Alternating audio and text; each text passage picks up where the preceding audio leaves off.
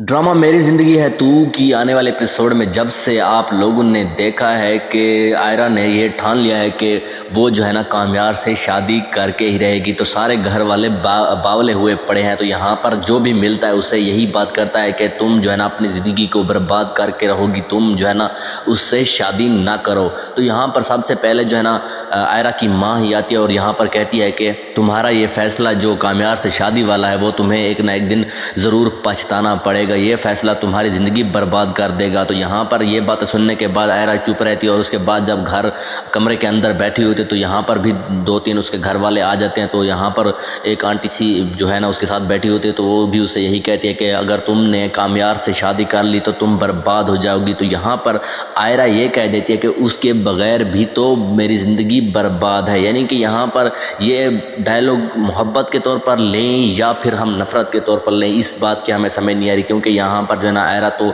कामयार से नफ़रत करने लगी थी। तो यहाँ पर वो ये डायलॉग कैसे मार सकती है कि उसके बगैर जो है ना मेरी ज़िंदगी बर्बाद है। तो यहाँ पर शायद मुझे लगता है जो वीडियो उसने देखी थी रियलिटी वाली, तो यहाँ पर मुझे लगता है कि अब उसका दिल जो है ना पिघल चुका है। अब वो कामयार को अच्छा समझने लगी और ख़ुद को भी गलत समझने लगी, क्योंकि यहाँ पर सारा जो है ना कसूर इसी का ही है, क्योंकि उसने उस टाइम जो है ना कामयार पर यकीन नहीं किया था, बल्कि उसे धक्के मारकर घर से निकाल दिया था। तो शायद इसी बात का उससे बहुत ही ज़्यादा अफसोस हो, इसी वजह से वो अपनी गलती को जो है ना मिटाने के लिए यहाँ पर जो है ना फिर से कामयार से शादी करने के लिए तैयार हो गई है, शायद यही लगता है। तो इसी बात के सिलसिले में यहाँ पर आयरा जो है ना कामयार को कॉल मिलाएगी और यहाँ पर शादी से रिलेटेड बात करेगी। तो कामयार यहाँ पर कहता है कि जिस तरह से तुमने मेरे साथ किया था, अगर मैं तुम्हारे साथ बिल्कुल वैसा ही करूँ तो तुम में और मुझ में क्या फ़र्क रह जाएगा। तो इसलिए अभी ये बात रहने दो, मैं तुमसे शादी नहीं कर सकता। तो यहाँ पर इस तरह की बात होती है।